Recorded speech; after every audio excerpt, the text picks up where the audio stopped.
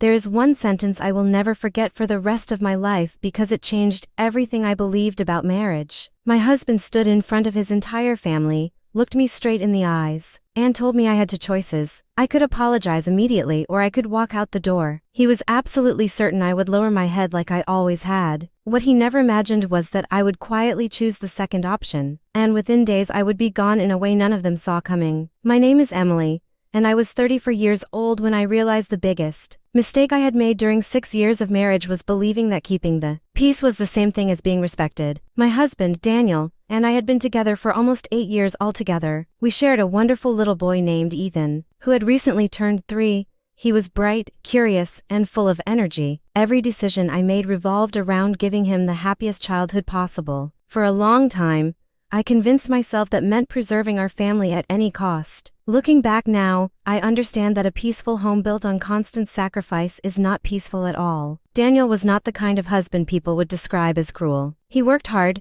never forgot birthdays, and adored our son. To anyone outside our marriage, he looked dependable and thoughtful. If someone had asked whether he loved me, I honestly believe the answer would have been yes. The problem was never how he treated me when we were alone. The problem appeared every single time his relatives entered the picture. The man who listened to me at home somehow disappeared whenever his parents or siblings were nearby. Instead of standing beside me as my partner, he became their loyal son and protective brother, even when they were clearly wrong. His mother, Linda, had a habit of treating every conversation as if she were giving instructions rather than sharing opinions. She commented on everything I did, from the meals I prepared to the clothes I wore. If I bought Ethan a new toy, she questioned whether it was educational enough. If I planned a family vacation, she suggested somewhere else would have been smarter. She even corrected the way I folded laundry once, explaining that Daniel preferred towels arranged differently. At first, I smiled through it because I wanted everyone to get along. I assumed she needed time to accept me. Then months became years, and nothing changed. Whenever I tried talking to Daniel about how exhausted I felt, his answer never changed either.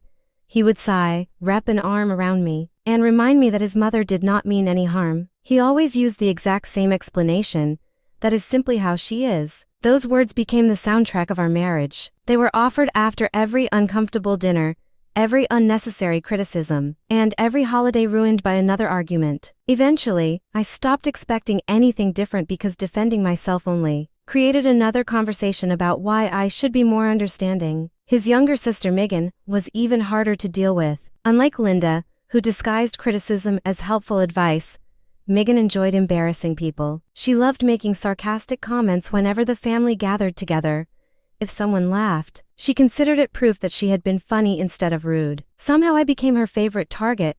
She joked that I read too many parenting books, claimed I worried too much about Ethan, and often implied that I acted as though I were smarter than everyone else. Every time she made another cutting remark, the rest of the family chuckled while I forced another polite smile. The strange thing was that I never fought back. I convinced myself that choosing silence made me the mature one. I swallowed my frustration because I did not want Ethan growing up around arguments. I apologized even when I had done nothing wrong because it seemed easier than spending another week surrounded by tension. I kept telling myself that one day they would appreciate how hard I was trying. Instead, my silence taught them something completely different. It taught them I would tolerate almost anything. The family gathering that changed my life happened on a warm Saturday afternoon near the end of summer. Daniel's parents hosted one of their famous backyard cookouts every year, inviting practically every relative within driving distance. The yard overflowed with folding chairs, children chasing one another through the grass, and conversations blending together beneath the sound of old country music playing from outdoor speakers. To anyone walking past the house, it looked like the perfect family celebration.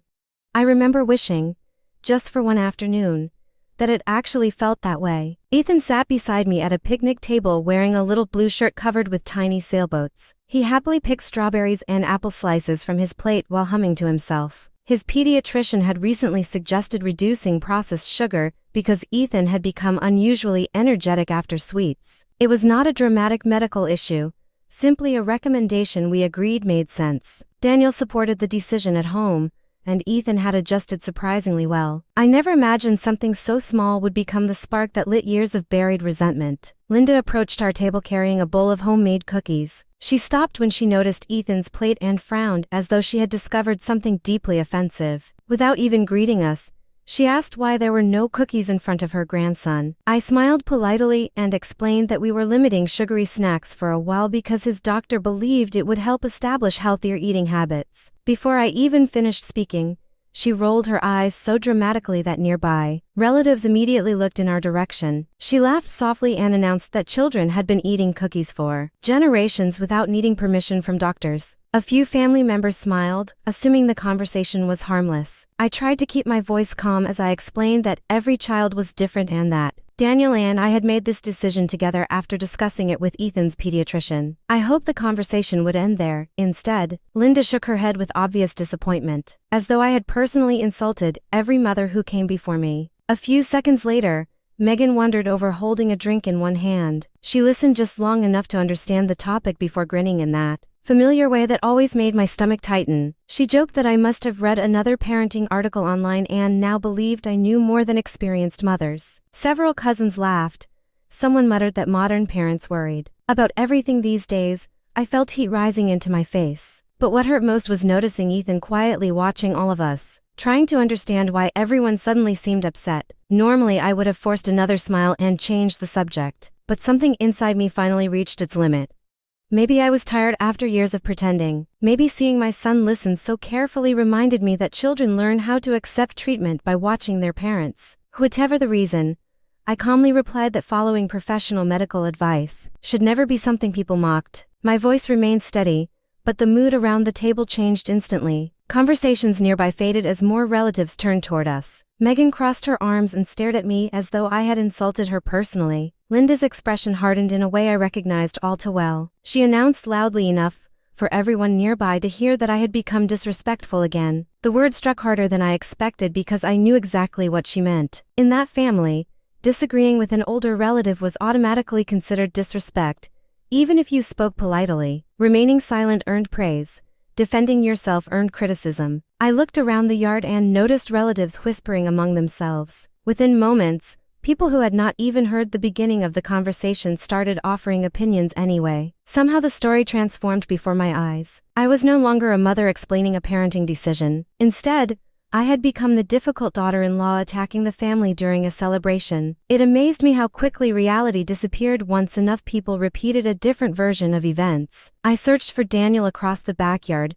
He stood only a few feet away talking with his uncle. Our eyes met, and for one hopeful second I believed he would step in. I did not need him to argue with his mother or embarrass anyone. I only wanted him to say something simple, something honest. He could have reminded everyone that we had made the parenting decision together. He could have suggested changing the subject before things became worse. He could have stood beside his wife instead of pretending none of it involved him. Instead, he remained exactly where he was. That silence hurt more deeply than every sarcastic comment his family had ever made because it confirmed something I had refused to admit for years. I had spent countless holidays protecting Daniel from uncomfortable situations by staying quiet. Yet when I needed the smallest amount of support, he would not even walk across the yard. I slowly realized that I was standing completely alone. I wish I could tell you that I stayed calm because I was brave. But the truth was much more complicated. My heart pounded so hard I could hear it in my ears. My hands trembled beneath the picnic table, and I kept reminding myself to breathe because Ethan was still watching. He had no idea why the adults around him suddenly looked so serious, but I knew he could feel the tension. Children always can. At that moment, protecting him became more important than protecting anyone else's feelings, including my own. Megan looked at everyone gathered around us before letting out a dramatic sigh. She said family events had become exhausting because I always managed to create problems over the smallest things. Her words were carefully chosen, making it sound as though I enjoyed conflict instead of spending years avoiding it. Several relatives nodded without knowing the full story. They only saw one afternoon.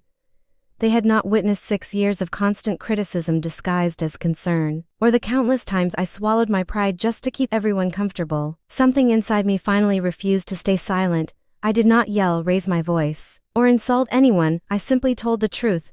I explained that every holiday, birthday, and family dinner seemed to end the same way. Someone criticized my parenting, my cooking, my career, or my marriage. And when I politely defended myself, I became the disrespectful one. I admitted how emotionally draining it had become and how tired I was of pretending those comments did not hurt. I even said that I wanted Ethan to grow up seeing adults treat one another with kindness instead of believing disrespect was normal. For a few seconds, nobody spoke.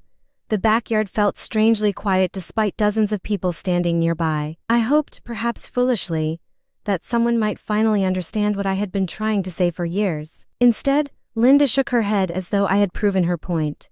She claimed I was attacking the entire family over harmless jokes. One cousin insisted I was too sensitive. Another relative said I should appreciate how involved Daniel's family was in Ethan's life. Every sentence ignored the actual issue. They were not listening to understand me. They were listening for reasons to dismiss me. Then Daniel finally walked toward us. For one brief moment, relief washed over me.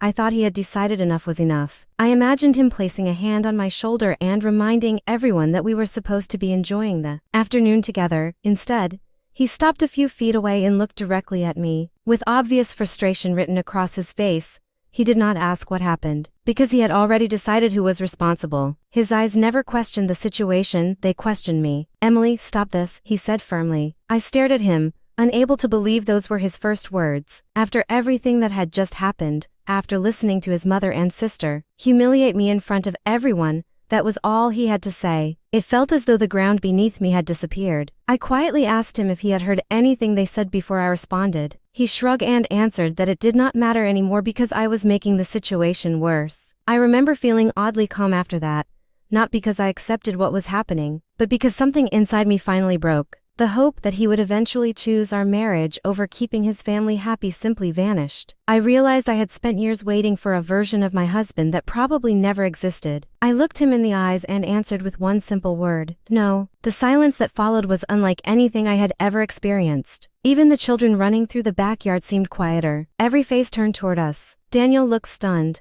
almost embarrassed that I had refused him in front of everyone. His cheeks reddened, and I could see him struggling between anger and pride. Then he took a slow breath and spoke the sentence that would change both of our lives forever. "Either apologize right now or leave." Nobody reacted because nobody believed I would actually go. They expected the same ending as every previous disagreement. They expected me to cry, apologize for keeping the peace, and spend the drive home blaming myself. That had become the pattern, and patterns are comforting for people who benefit from them. I simply looked around the backyard one last time. Not a single person appeared uncomfortable with the ultimatum Daniel had just given me. No one told him he was overreacting.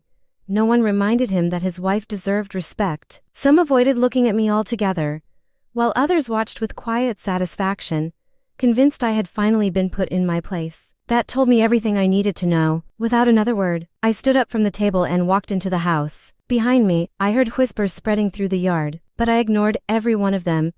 I quietly entered the guest room where Ethan had fallen asleep after playing outside all afternoon. His little shoes were still on, and one tiny hand rested beneath his cheek. Looking at him brought tears to my eyes because I knew I had a decision to make that would shape the rest of his childhood. I gently picked him up without waking him. Then I collected his backpack, his favorite stuffed dinosaur, and the small blanket he refused to sleep without. I did not rush, and I did not slam doors. I simply carried my son to the car, buckled him into his seat, started the engine, and drove away. Nobody followed us. Nobody stopped us. The entire drive home passed in complete silence except for the sound of Ethan softly snoring in the back seat. My hands remained steady on the steering wheel, but inside I felt as though my entire life had collapsed in a single afternoon. I kept replaying Daniel's face in my mind, searching for some sign that he had hesitated before choosing his family's side.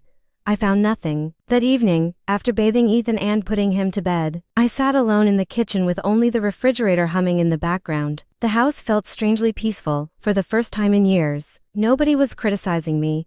Nobody was telling me I should be more patient or understanding. There was only silence, and within that silence came a realization I could no longer ignore. The barbecue had not ruined my marriage. It had simply exposed what my marriage had become. The real problem had never been one argument, one insult, or one difficult holiday. It was 6 years of slowly convincing myself that my feelings mattered less than everyone else's comfort. Every compromise I made had taught Daniel and his family that I would always bend first. They never had to change because I always did. Around midnight, I opened a drawer searching for a phone charger and discovered an old business card tucked inside a notebook. Seeing that card stopped me cold. 3 years earlier, one of my closest college friends, Ava, had accepted a leadership position with a growing company overseas. Back then she had offered me a job, insisting I would thrive there. I thanked her but declined because moving felt impossible. Ethan was still a baby, Daniel's career was stable, and I believed our marriage deserved every chance to succeed. I stared at that card for several minutes before finally reaching for my phone. I sent Ava a message that simply asked whether she remembered offering me that opportunity years ago. I honestly expected her to reply with polite sympathy and tell me the position had long since been filled. Instead, my phone buzzed less than an hour later. She remembered everything. Even more surprising, she told me the company had expanded significantly, they were hiring again, and if I was still interested, she wanted to arrange a conversation with their management team immediately. For the first time in months, maybe years, I felt something I had almost forgotten. Hope. I barely slept that night because my mind raced with possibilities I had never allowed myself to imagine. I was not thinking about revenge or proving anyone wrong. I was thinking about Ethan growing up in a home where respect did not depend on staying quiet. I was thinking about waking up each morning without wondering what criticism waited around the corner. The next morning, while sunlight filled the kitchen, I looked out the window as Ethan played with toy cars across the living room floor. That was the exact moment I made a promise to myself. No matter how difficult the road ahead became, I would never again teach my son that loving someone meant accepting constant disrespect. The following week felt strangely different, even though nothing around me appeared to have changed. I still woke up early each morning, packed Ethan's preschool bag, made breakfast, and drove to work. I answered emails, attended meetings, and smiled politely whenever someone asked how my weekend had been. From the outside, my life looked completely normal. Inside, however, everything had shifted. For the first time in years, every decision I made was focused on building a healthier future instead of repairing a broken present. Ava arranged a video meeting with her company's hiring manager only 2 days after we spoke. I spent hours preparing, reviewing my previous experience, updating my resume, and reminding myself that I still had something valuable to offer. During the interview, I tried to stay professional even though my emotions were all over the place. They asked thoughtful questions about my background, my leadership experience, and how I handled pressure. Ironically, after everything I had endured in my personal life, answering questions about resilience felt surprisingly easy. The conversation lasted nearly 90 minutes. By the time it ended, I felt cautiously optimistic. But I refused to let myself become too hopeful. I had already experienced enough disappointment to know that expectations could become dangerous. 2 days later, my phone rang while I was driving home from work. I pulled into an empty parking lot before answering. The hiring manager congratulated me and officially offered me the position. The company was based in New Zealand, and they hoped I could relocate within a few weeks if I accepted. For several seconds I could not speak. I closed my eyes and rested my forehead against the steering wheel while tears quietly rolled down my face. They were not tears of fear, they were tears of relief. Someone believed in me again. Someone looked at my abilities instead of judging me through the opinions of other people. When I finally thanked them and accepted the offer, I felt a weight begin to lift that I had carried for far too long. That evening, after Ethan fell asleep, I spread notebooks, folders, and my laptop across the kitchen table. Instead of feeling overwhelmed, I approached everything like a project that needed careful planning. I researched neighborhoods close to my new workplace, compared schools for Ethan, contacted immigration specialists, reviewed financial requirements, and organized every document we might need. Each completed task made the future feel less frightening and more achievable. I refused to leave anything to chance because I wanted Ethan's transition to be as smooth as possible. Ava became my greatest source of encouragement throughout the process. She checked in almost every day, answering questions that ranged from public transportation to grocery stores and childcare. She even visited several apartments on my behalf, sending photos and videos so I could compare them. Eventually we found a small but comfortable place only a short drive from both my office and Ethan's future preschool. It was nothing luxurious, but it offered something far more valuable than a large house ever could. It offered peace. Every important decision came back to one simple question that I asked myself repeatedly. Would this create a healthier environment for my son? If the answer was yes, I moved forward without hesitation. If the answer was no, I looked for another solution. That single question guided every form I completed, every expense I approved, and every conversation I had. For the first time since becoming a mother, I was making decisions without worrying about whether Daniel's family would approve. Meanwhile, Daniel behaved exactly the way I expected. During the first few days after the barbecue, he barely mentioned the argument. It was almost as though he believed enough time would magically erase everything that had happened. Then the messages started arriving. They were short at first, asking if I was ready to talk or suggesting we should both move on. There was never any acknowledgement of what had actually taken place. The focus remained on ending the conflict, not understanding why it existed. A few days later he texted again, saying his mother felt terrible about how the afternoon had unfolded. I stared at that message for several moments before setting my phone down. Not once did he ask how I was feeling. Not once did he wonder whether I had been hurt. Even in his attempt to make peace, someone else's emotions still mattered more than mine. That realization removed any lingering doubt I had about the path I was choosing. Linda began calling almost every evening. When I did not answer, she left cheerful voice messages pretending nothing serious had happened. She suggested getting together for lunch or bringing cookies over for Ethan. Listening to those messages felt surreal because they completely ignored the reason I had stopped responding in the first place. Megan eventually sent several texts about family unity, explaining that misunderstandings happened in every family and insisting life was too short to stay angry. Reading those words almost made me laugh because accountability never appeared in any of their conversations. They wanted forgiveness without responsibility. Instead of arguing, I chose silence. That turned out to be one of the most powerful decisions I had ever made. For years I believed I needed to explain myself until people understood my perspective. Eventually I realized some people were not misunderstanding me at all. They understood perfectly well. They simply preferred the version of events that required no change from them. Once I stopped defending myself,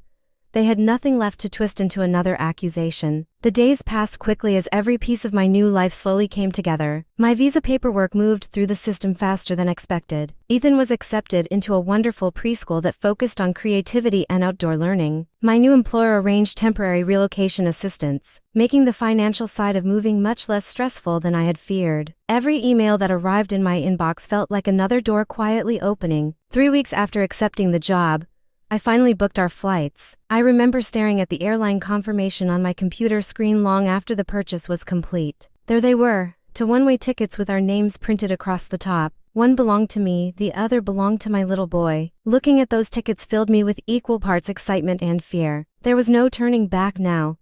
The future I had imagined during sleepless nights was becoming real. I printed the confirmation and carefully placed it inside a folder with the rest of our documents. Then I closed the folder and slid it into the back of my closet where nobody would accidentally find it. Keeping everything private became the hardest part of the entire process. I hated secrets, especially in a marriage, but I also knew exactly what would happen if Daniel discovered my plans too early. There would be promises, pressure, guilt, and endless attempts by his family to convince me I was destroying everyone's lives. I needed the freedom to make this decision without being emotionally cornered again. Oddly enough, the quieter I became, the more relaxed Daniel seemed. He interpreted my silence as surrender.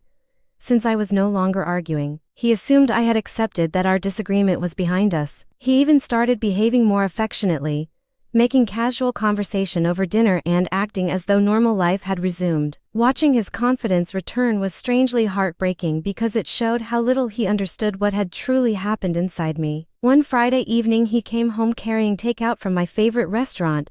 It was an old tradition whenever we argued. Good food usually served as an unspoken peace offering, allowing both of us to avoid difficult conversations. Earlier in our marriage, I probably would have accepted it gratefully and convinced myself things were getting better. This time felt completely different. We ate dinner quietly after Ethan went upstairs to sleep. The conversation remained polite but distant until Daniel finally leaned back in his chair and smiled with obvious relief. He said he thought we had dragged the disagreement out long enough and that it was time to put everything behind us. I looked at him for a long moment before answering. I told him I agreed. His smile grew wider, and he nodded confidently, almost proudly. He admitted he knew I would eventually come around because we always found our way back to each other. Hearing those words filled me with an unexpected sadness. He genuinely believed nothing important had changed.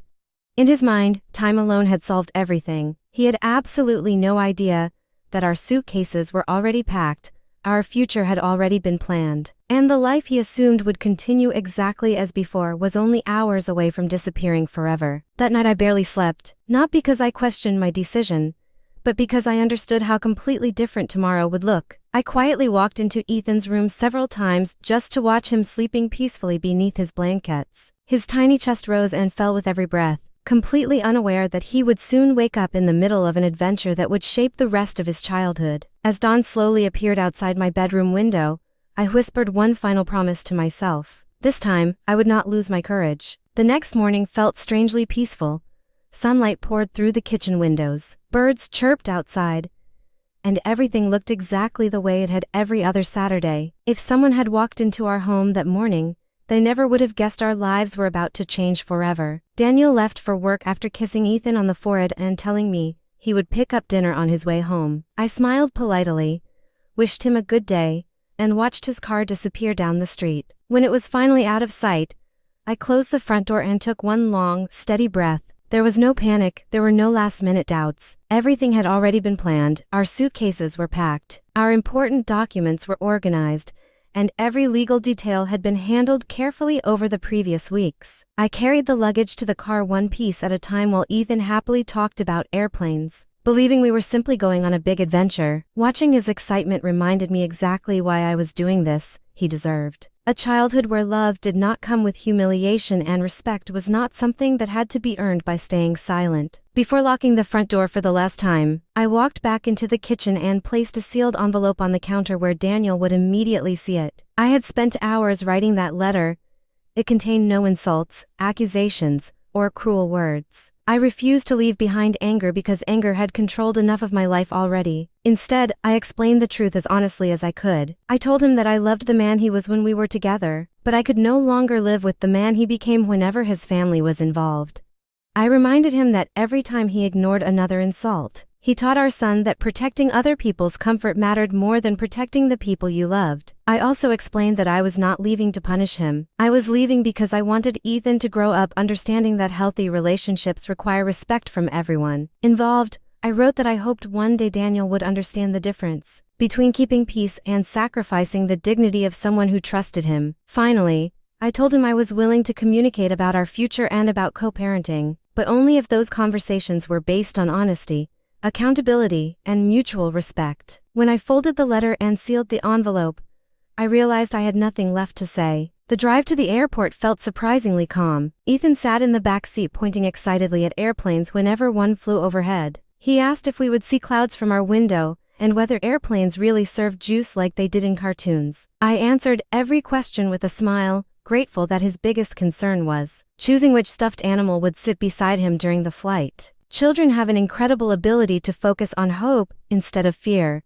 and that morning I borrowed some of his courage. After checking our luggage, we joined the security line. I was helping Ethan remove his tiny backpack when my phone began vibrating almost nonstop. The screen filled with missed calls and text messages. Daniel had found the letter. His name appeared over and over again. Then came messages from Linda, then Megan, then cousins, aunts, and uncles. The phone would not stop ringing. I looked at the screen for several seconds before placing it back inside my purse without answering. There was nothing anyone could say in that airport that would undo 6 years of silence. By the time we boarded the plane, my phone battery was nearly drained from the constant calls and messages. Ethan curled up beside me before we even reached cruising altitude. Within minutes he was asleep with his favorite dinosaur tucked beneath one arm. I covered him with a small blanket, looked out the window, and watched the ground slowly disappear beneath the clouds. Several hours into the flight, after Ethan had been sleeping peacefully for a while, I finally turned my phone back on. Daniel called immediately. This time I answered. For several seconds neither of us spoke. I could hear his breathing, fast and uneven, as though he had been running. When he finally found his voice, it sounded nothing like the confident man who had given me an ultimatum only weeks earlier. Emily ... Are you really doing this? I looked through the airplane window at the endless sky surrounding us. Yes, I answered quietly. He sounded shocked. He said this was crazy. He asked why I had not waited so we could talk. He insisted we could fix everything if I just came home. I listened without interrupting because I wanted to hear whether anything had truly changed. Then I calmly told him that spending another 20 years apologizing for having healthy boundaries was what actually sounded crazy to me. Silence filled the line. For the first time since I had known him, Daniel had no immediate response, no explanation, no excuse, no reminder that his family did not mean any harm. Only silence. Eventually he whispered that he had never believed I would actually leave. I told him that was exactly the problem. The call ended a few minutes later, not because we hated each other, but because there was nothing left to argue about.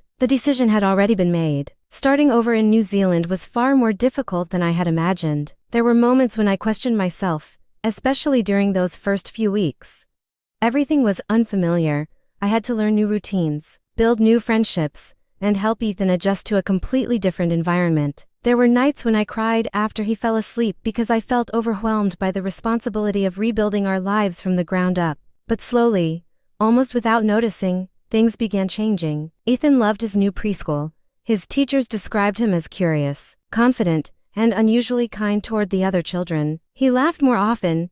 He became less anxious whenever adults disagreed, because disagreements around him were handled with calm conversations instead of criticism and humiliation. I changed too, without constant judgment hanging over every decision. I found myself smiling more. I stopped second-guessing every parenting choice. I made friends who encouraged one another instead of competing. My new job challenged me in ways that reminded me who I had been before I spent years trying to earn approval that was never going to come. Meanwhile, the distance forced Daniel to face a reality he had ignored for years. Without me standing between him and his family, he finally experienced their behavior from a different perspective. They expected him to solve every disagreement, manage every emotion, and keep everyone happy, just as they had expected me to do.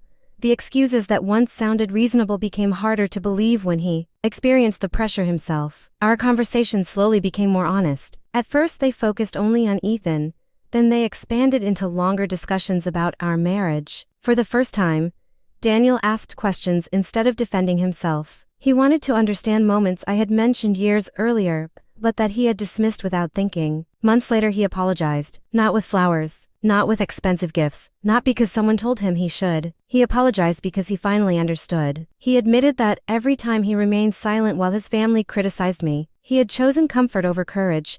He confessed that he spent years believing avoiding conflict made him a good husband when, in reality, avoiding conflict had slowly destroyed our marriage. Hearing those words did not erase the past, but they mattered because they were honest. Much later, Linda and Megan reached out as well. Their apologies came slowly and without the confidence they once carried. Life had changed enough for them to realize they could no longer control every situation. By expecting everyone else to surrender, I accepted their apologies without pretending the past never happened. Forgiveness and trust are not the same thing, and rebuilding trust takes time. Today, my relationship with Daniel is healthier than it has ever been. That does not mean everything magically became perfect. It means clear boundaries finally exist. Respect exists. Conversations replace accusations. Accountability replaces excuses. Whether we ultimately remained married or simply became better parents together mattered less than the fact that our son now grew up watching adults solve problems without sacrificing someone's dignity. When I think back to that afternoon in his parents' backyard, I no longer remember it as the day my husband humiliated me. I remember it as the day my life finally began. Daniel believed he was giving me a punishment when he pointed toward the door and demanded that I apologize or leave. What he never understood was that he had unknowingly placed freedom in my hands. The hardest choices are often the ones that save us. Walking away was terrifying. Starting over was exhausting. But discovering my own worth was worth every mile,